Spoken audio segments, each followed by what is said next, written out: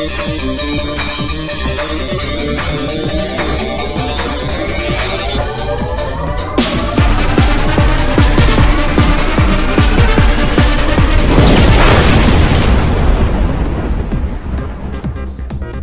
I'm Scott Woodwiss and welcome to highlights of the 2013 Thrustmaster Formula Sim Racing World Championship.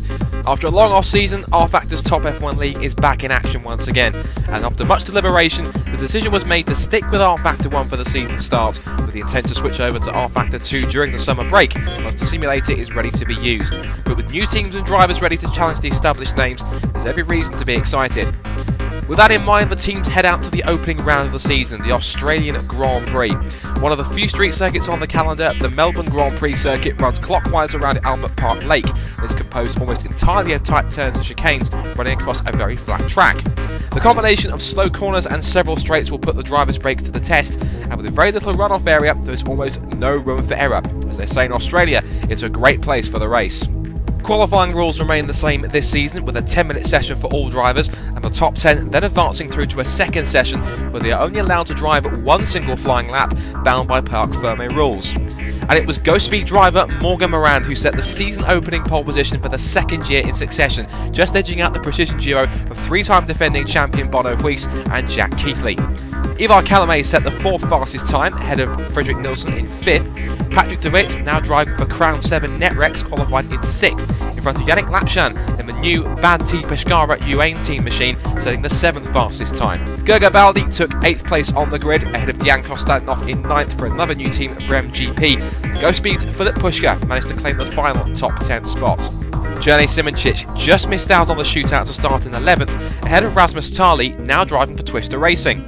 Eros Masculi qualified in 13th, ahead of new boy Zolt Nagy in 14th. Marcel van der Linden, now driving for the new Biocross Positive Sim Racing team, set the 15th fastest time, ahead of John-Eric Saxon, now driving the second GT Omega racing car. Peter Varga qualified in 17th, ahead of Blair Disley in 18th. Zuhaitz Cabo driving for Positive's Jasco Spain PSR sister team, and Giuseppe Marconi made up the second to last row of the grid, ahead of Moises Rondon and Ash Racing's Villa La Pala. With a full grid of 22 drivers and refuelling being banned again in the 2013 season, the scene was set for a thrilling opening round. To the race start, and Morand didn't have a great launch off the line, allowing Huis to pull alongside and take the lead, while Lapchan and Baldi grabbed good getaways to move past de Wit. Through turn 1, Huis still led, but behind Keithley lightly tapped the back of Morand's car, setting off a chain reaction that saw Calamé's half spin and Nilsson taking the exit across the grass. Into turn 3, Morand briefly challenged Huis for the lead, but the Dutchman stood his ground by braking later than the Go Speed car and retaining the position. While in the midfield, Tali completely missed his braking point, colliding hard with the rear of de Wit's car, causing light damage and breaking his own front wing in the process. By the end of lap 1, Huis had managed to pull a small gap back to Morand and Keithley. Baldi crossed the line in 4th place, however, under heavy pressure from Lapchan, who was the only frontrunner starting on the soft tyre. Into turn 1, the Frenchman passed Baldi in for 4th, while Simoncic also passed Kostadinov to take 8th. Kostadinov tried to come back on the Ash Racing driver into turn 3, causing Nagy to brake early to avoid contact and losing 10th place to the late braking de Wit. On the end of lap 2, Lapchan had caught Keithley's slipstream to move past him down into turn 1, taking 3rd place, and a lap later caught and passed Morgan Morand into turn 3, moving up into 2nd and clearly showing he was the fastest man out on track. Behind them, Simoncic lost traction out of the final corner, slamming his car hard into the pit wall and losing his front wing. Keeping the car running, Simoncic tried to make it back to the pit as fast as possible, but in the process caused chaos behind as several drivers were lucky not to make contact with each other. Peter Varga also made the same mistake a lap later, only he lost his rear wheel and was forced to retire from the race. Keithley also made a mistake under pressure at turn 1 and lost out to both Baldi and Calamé's. At the front, Huis maintained a comfortable lead despite Lapchan's pace behind. Morand was running a lonely race in 3rd place, whilst in 4th, Baldi was forming a train behind, holding up Calamé's, Keithley and Nilsson, who seemed to have found more pace in the opening stint. Lapchan became the first of the front runners to pit on lap 11, refitting soft tyres and emerging in 10th place just behind the duo of de Wit and Puška. Now on fresh rubber, Lapchan made short work of Puška, drafting past him before turn 11 and immediately putting Patrick de Wit under pressure. On the following lap, the Frenchman picked up a great draft from the Crown 7 Netrex car, who immediately went defensive. Lapchan tried to go around on the outside, but braked too late and ended up beached on the outside curb, losing positions to Puška and Nagy. The Pescara driver was quick to respond as he managed to outbrake Nagy into turn 13, taking back the position before repassing Puška a lap later and then quickly taking de Wit on the same lap on the outside of turn 13. Further in front, a bad exit from Baldi out of turn 1 finally allowed Calames to pull alongside and outbrake the Hungarian into turn 3, but Baldi managed to stay close behind the GT Omega driver and made several attempts to repass.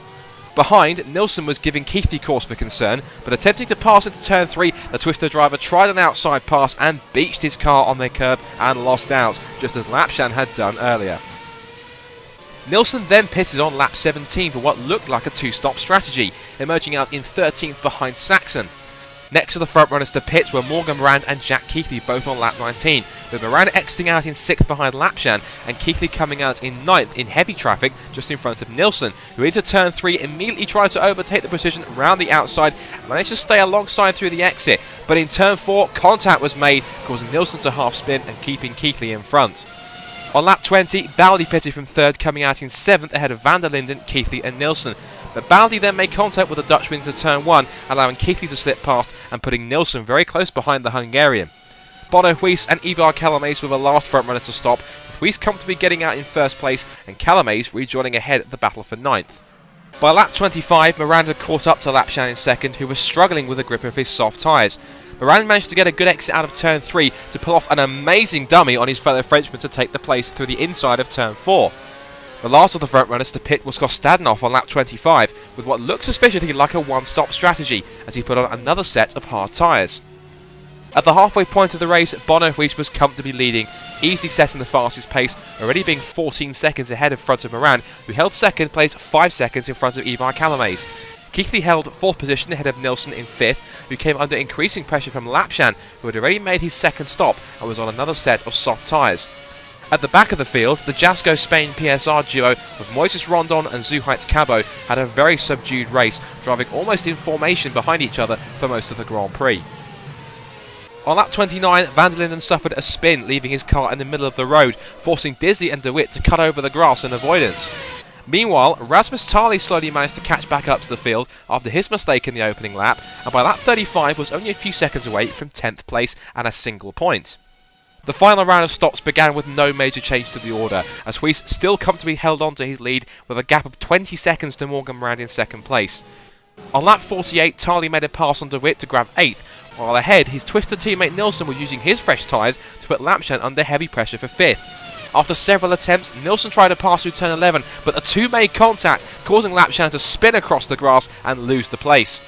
On the same lap, Morgan Morand suffered a hammer blow when an electrical fault forced his go speed out of the race and denying him a podium finish, a world away from his victory from pole 12 months ago. The biggest surprise in the closing stages of the race was Kostadinov, as the Brem GP driver slightly moved up to 2nd position but was yet to make his 2nd stop. But with the race continuing, it became more and more apparent that he wasn't a one-stop strategy.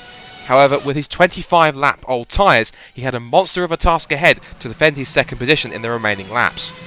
In the fight for 8th position, Tali came under big pressure from Gergo Baldi, who had significantly fresher tyres and eventually passed him around the outside of turn 11 with just 8 laps to go. On the following straight, Tali also got under pressure by Saxon, but eventually managed to hold his 9th position after much deliberation.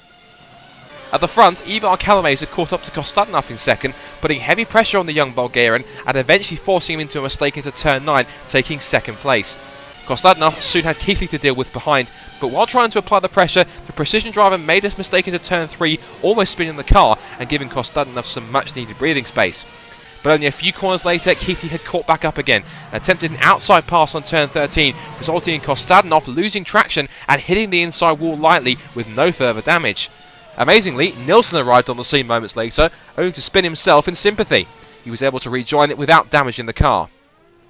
With 4 laps to go, the fight for the final points positions really started to heat up, with Tali in 9th just in front of Saxon, Nagy and Disley. On lap 55 into turn 3, Saxon attempted an inside pass on Tali, but outbraked himself and ended up in the gravel trap, dropping behind de Wit to 13th position and losing all hope for a top 10 result. On lap 57, disaster struck for Ivar Calames when he suffered brake failure into turn 6, skating across the gravel and slamming into the barriers, ending his race in a cruel twist of fate.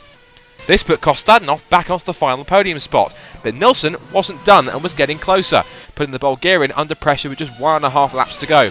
At the start of the final lap, the fans were on the edge of their seat as Nilsson had already caught up right to the gearbox of the Brem GP car, starting what would be an excellent final lap. Into turn 1, Nilsson went alongside Kostadinov trying to perform a switchback move, but on the exit the pair made contact with Nilsson running wide. The pair kept fighting for the entire lap, making contact on several occasions. Meanwhile at the front, Woodwiss finished a very lonely race to take victory, dominating the pace throughout the entire Grand Prix. With his 19th birthday just days away, the young Dutchman gave himself the perfect early present, and once again proved the only way to the Formula Sim Racing World Championship is going through him. Jack Keighley brought it home in second, making it a perfect result for the Precision Motorsports team. However, the fight for the final podium spot was still going on, because Kostadinov somehow managed to hold off Nilsson for almost the entire lap. That was until the second to last corner, when Nilsson made a magnificent outside pass to grab third at the last corner and the final podium spot. Dejan Kostadinov brought home a strong 4th place for Brem GP's first outing, ahead of Philip Pushka in 5th, after he also made an outside pass in the final lap, meaning Yannick Lapshan ended up 6th with his 4-stop strategy. Gergo Baldi finished 7th, with Rasmus Tali surviving a challenging weekend on his first race for Twister Racing to claim 8th. Bledisli also ran a 4-stop strategy to grab 9th, and Patrick de Wit rounded out the top 10 on his debut for Crown 7 NetRex with a single solitary point.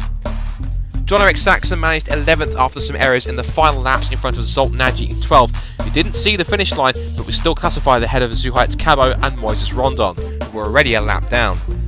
Ivar Calamaze stayed classified in 15th after his brake failure in front of Eros Mascudi in 16th and Giuseppe Marconi in 17th, who was last of the finishers.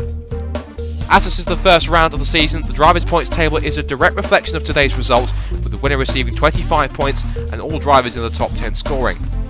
The constructor standings are a little more interesting, with Precision Motorsports taking the maximum 43 points by finishing it in 1st and 2nd place, more than double of 2nd place Twister.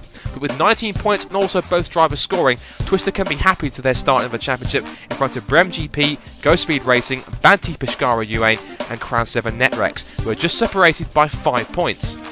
Biocross Positive Sim Racing scored 2 well-earned points on their debut in the Formula Sim Racing World Championship and hold 7th place, while Jasco PSR Spain, Fast and Speed, Ash Racing and Go Speed all failed to score in the opening round, and they'll be hoping for better results next time out. The next round will be the Bahrain Grand Prix, and you can watch that live as it happens at simrace.tv on the 21st of April at 4 PM GMT. Don't forget to check out our forums at racedepartment.com for more league information, as well as following Formula Sim Racing on both Facebook and on Twitter. We hope you've enjoyed this presentation. I'm Scott Woodwiss, and we'll see you next time for round 2 of the 2013 Thrustmaster Formula Sim Racing World Championship.